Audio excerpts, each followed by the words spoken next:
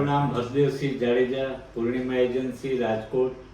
મારો mobile number 9827549809. Shah સાહેબ મારા ખેતીના ગુરુ. શાહ સાહેબને વંદન.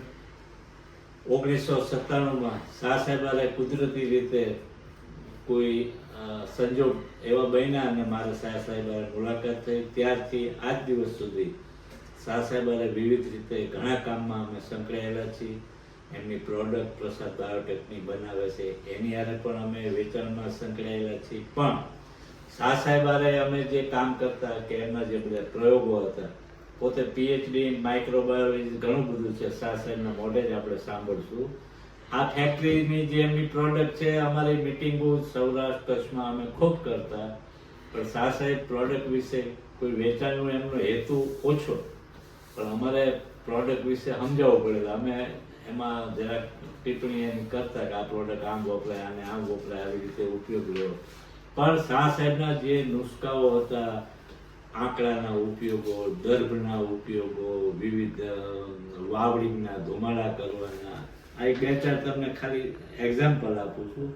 આજની તારીખે એ બધા પ્રયોગો અમે તો 30 વર્ષથી સાહેબ જોડે શીખડાવી છે. પણ એ વખતે બહુ રાસાયણિક ખેતીમાં એટલા બધા વ્યસ્ત હતા કે કોઈને સાંભળવાનો ટાઈમ નહોતો. અને આજે એ જ આંકડો કે એ જ દર કે એ જ વાવડી વિવિધ રીતે મોડિફાઈડ કરી આંકડાનો અમે બોળો કર્યો, અમે બોળો વાપરી. પણ મૂળ સાહેબે શીખવાડેલા નુસ્ખા આજે ખૂબ પ્રચલિત છે, ખૂબ એના સારા રિઝલ્ટો મળે છે. સાહેબની પ્રોડક્ટ 1997 મારી પાસે ઘણા બધા આવે આ પ્રોડક્ટ. મેં કીધું ભાઈ અમારા શાહ સાહેબની જે પ્રોડક્ટ છે એ સિવાય મને કોઈ પ્રોડક્ટમાં રસ નથી, હું એવો ફ્રી નથી. કેમ કે આમાં શું છે કે રાસાયણિક ખાતરો, વિવિધ ઓર્ગેનિક પ્રોડક્ટો, જુદા જુદા નામથી એટલી બધી મોંઘી કે મને એમાં બહુ રુચિ નહીં. એટલે શાહ સાહેબની પ્રોડક્ટ અતિશય.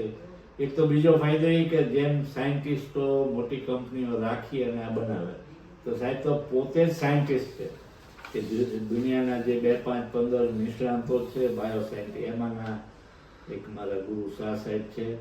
હવે પોતે જ એમની ફેક્ટરીમાં બનાવે.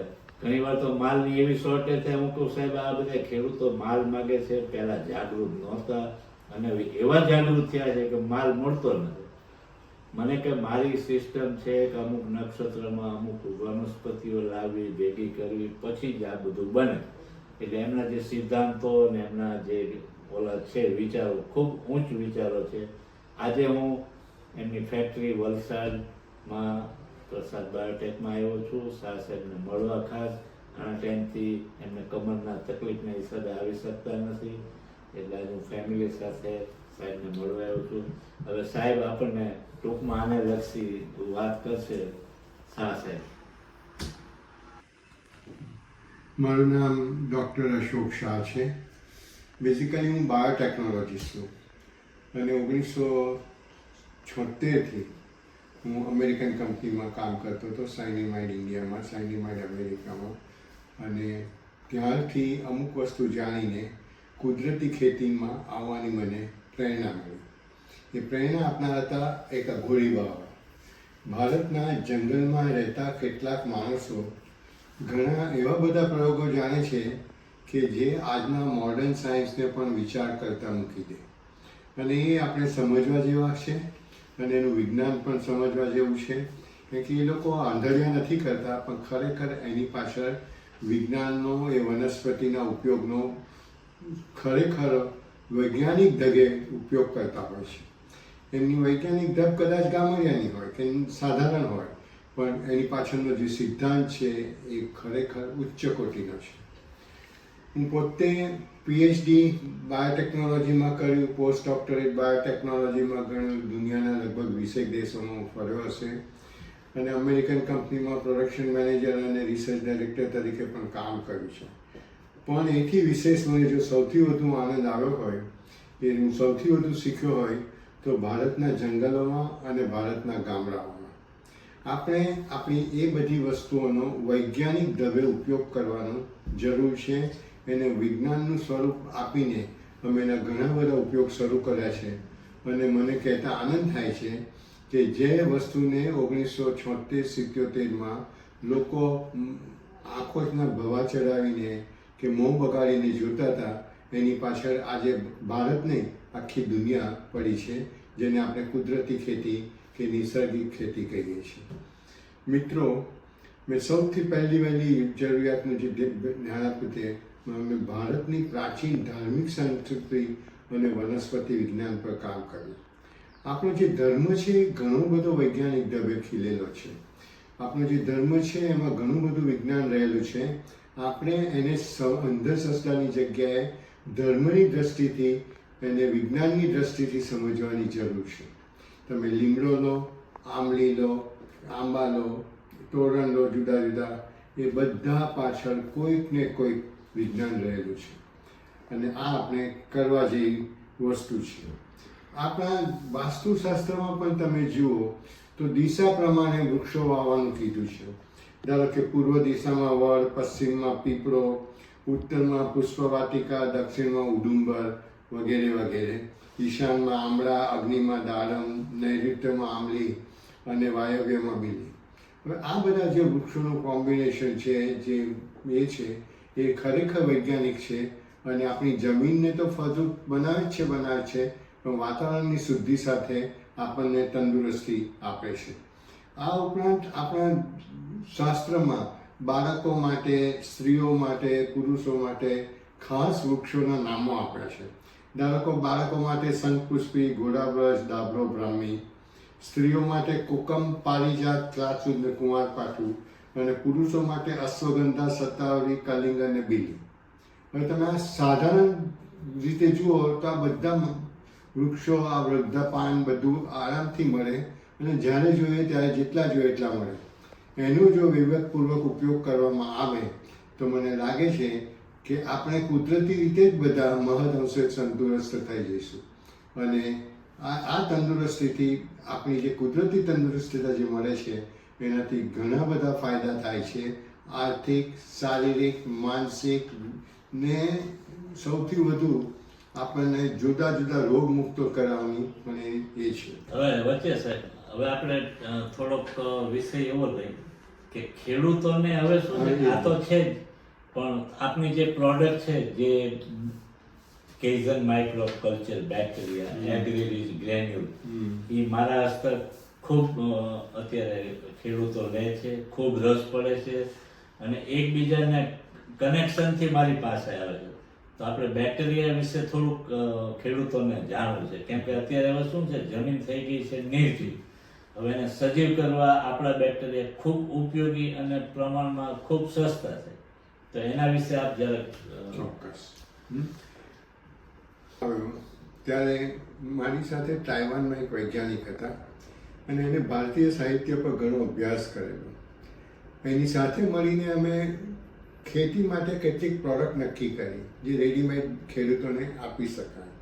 એમાં સૌથી વહેલી અમે શરૂ કરી એગ્રીમોર અને એગ્રીરીચ. નામ પણ એવી રીતે જ આવ્યા છે. એગ્રીમોર એટલે ખેતી વધારે, એગ્રીરીચ એટલે ખેતીને જે સમૃદ્ધ કરે તે. અને એમાં અમે કુદરતી વનસ્પતિ જ વાપરી છે, ડાભલો વગેરે વગેરે, એ તમને બધું આપ્યું છે. પણ એ વનસ્પતિના ઉપયોગથી, જેને આપણે આમ બિલકુલ બિનજરૂરી ગણતા હતા, એના ઉપયોગથી જમીન ઘણી બધી ફળદ્રુપ થાય છે અને ગામડામાં એનો ઉપયોગ થયા કરતો હતો પણ એવી રીતે થતો હતો કોઈના ધ્યાનમાં ના આવે. એ રીતે અમે કુદરતી રીતે જંતુનાશક દવા તરફ ગયા. આજની જંતુનાશક દવા જંતુઓને મારી નાખે છે અને એને પછી એવી રીતે અમારી બાયોટેકનોલોજીની ભાષામાં કહીએ તો મજબૂત બનાવી દે છે કે જંતુને દવા સામે લડવાની તાકાત આપી દે છે કે પછી દવા એની ઉપર કામ નથી કરતી ને વધુ ને વધુ રોગો આવતા જાય છે ને ખેડૂતોના ખર્ચા વધતા જાય છે. એટલે અમને થયું કે આપણે થોડુંક કુદરત તરફ પણ નમીએ અને કુદરતી રીતે જ એને કંટ્રોલમાં લાવવાની કોશિશ કરીએ. એટલે અમે એગ્રી સેફ બનાવ્યું. પછી જોયું કે મજૂરી ખૂબ વધી રહી છે બધાને અને મજૂરની કિંમત પોસાતી નથી કેટલીક વાર ખેતરમાં. એટલે અમે એગ્રી શક્તિ નામની દવા બનાવી કે જે ગ્રોથ પ્રમોટર તરીકે ઉત્પાદન પણ વધે અને રોગને પણ કાબૂમાં રાખે.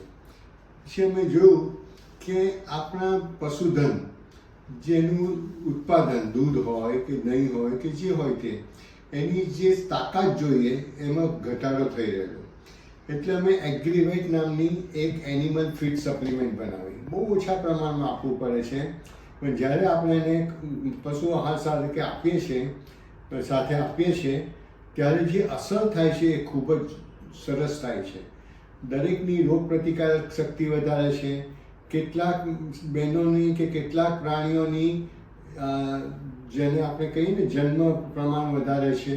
અને ત્રીજી વસ્તુ જે સરસ થાય છે તે આપણી ચામડીના રોગોને લગભગ કાબૂમાં લઈ લે છે. એટલે એગ્રીવેટ બનાવ્યું. એ પછી કૈઝન 21 આ જે છાંટવાથી આજુબાજુ બધું પસરી જાય અને યુનિફોર્મ સ્પ્રેડિંગ થઈ જાય એ પ્રકારની દવા છે કુદરતી. કૈઝન માઇક્રોબ્સ નામની બીજી દવા બનાવી. કૈઝનનો અર્થ થાય છે પ્રગતિશીલ. એટલે આ જે માઇક્રોબ્સ છે એ નાખીએ એટલે પછી જમીનની જે ફળદ્રુપતા છે વધતી જતી હોય છે અને એની જે અસર થાય છે એ પરમનન્ટ થાય છે અને સતત થતી રહે છે. અને કૈઝન એનપી કહેવાય તો એક સાયન્ટિફિક નામ જ આપ્યું છે. N four nitrogen, P four phosphorus, કે ફોર પોટાશ, વાય એટલે ETC. એનાથી જાતના બધા માઇક્રોન્યુટ્રિયન્ટ બને છે અને ખેતી સમૃદ્ધ બને છે. પછી અમે જોયું કે મજૂરી હવે બહુ મોંઘી પડતી જાય છે. એટલે લિક્વિડની જગ્યાએ ગ્રાન્યુલ્સ બનાવ્યા, લિક્વિડની જગ્યાએ પાવડર પણ બનાવ્યો. આજે ગ્રાન્યુલ્સ છે એકવાર નાખી દો એક જ દીઠ અમુક %, એટલે પછી આખું વર્ષ નાખવાની જરૂર રહેતી નથી. અને 2 વર્ષ વાપર્યા પછી 1 વર્ષ ના વાપરો તો પણ એની અસર એની એ જ રહે છે. આજે એમની ફેક્ટરીમાં ઘણા ટાઈમે આજે આવવાનો મોકો મળ્યો. સાહેબની તબિયતના ખબર પૂછવા હતા, કમરની તકલીફના હિસાબે, કે અવારનવાર ત્યાં જ અમારે મળવાનું બનતું અને વિવિધ જિલ્લાઓમાં એમની મિટિંગો ખૂબ મોટા પાયે કરતા. હવે ખાસ આ પ્રોડક્ટની જે સાહેબે વાત કરી કે આ જે કંઈ વાત કરી આ લિટરેચર મારી પાસે રાજકોટમાં છે. શાહ સાહેબનો નંબર હું આપતો નથી કેમ કે વ્યસ્ત હોય અને ઘણા લોકો ફોન કરે તો એમને તકલીફ પડે. એ લોકોને ફોન કદાચ રિસીવ થાય ન થાય એમને ખરાબ લાગે તો મારો તમે સંપર્ક કરજો. મેં તમને પહેલાં જ મારો મોબાઈલ નંબર આપ્યો. પ્રોડક્ટ માટે પણ શાહ સાહેબે જે પહેલાં આપતા એ હવે લોકો બધા મારી પાસેથી જ લે છે ડાયરેક્ટ. શાહ સાહેબને વચ્ચે ખ્યાલ હતો મને 2-4 જગ્યાએ કે ભાઈ આપણી પ્રોડક્ટ કોઈ ડુપ્લિકેશન કરે નહીં અથવા કોઈ ઓલું ન થાય એવા ક્યાંક મેસેજ હતા કે સાહેબ હવે પહેલાં જેવું કમ્પોઝ ખાતર નથી થતું. મેં કીધું ભાઈ બનાવનાર શાહ સાહેબ છે, પ્રોડક્ટ એમની છે, વેચનાર હું છું. પછી હું સિસ્ટમ જાણું તમે આવી રીતે પલાય્યું હતું, આમ કર્યું હતું, એ એમને બરોબર કર્યું. છતાંય રિઝલ્ટ નહીં એટલે આવું બધું અમને થોડોક ડાઉટ ગયો. એટલે શાહ સાહેબ મારા થ્રુ ત્યાંથી સપ્લાયનું ગોઠવેલું છે. શાહ સાહેબ હવે આપણે ઈચ્છીએ કે જલ્દી એમની તંદુરસ્તી વ્યવસ્થિત થાય અને આપણે મોટા પાયે ત્યાં બોલાવી અને આપ બધાને આમંત્રણ આપી તો 1-2 સ્થળ ઉપર મોટી મિટિંગો રાખી તમને પણ નજીક પડે. શાહ સાહેબ પધારે એવી શાહ સાહેબને હું ભલામણ કરું છું. જય માતાજી.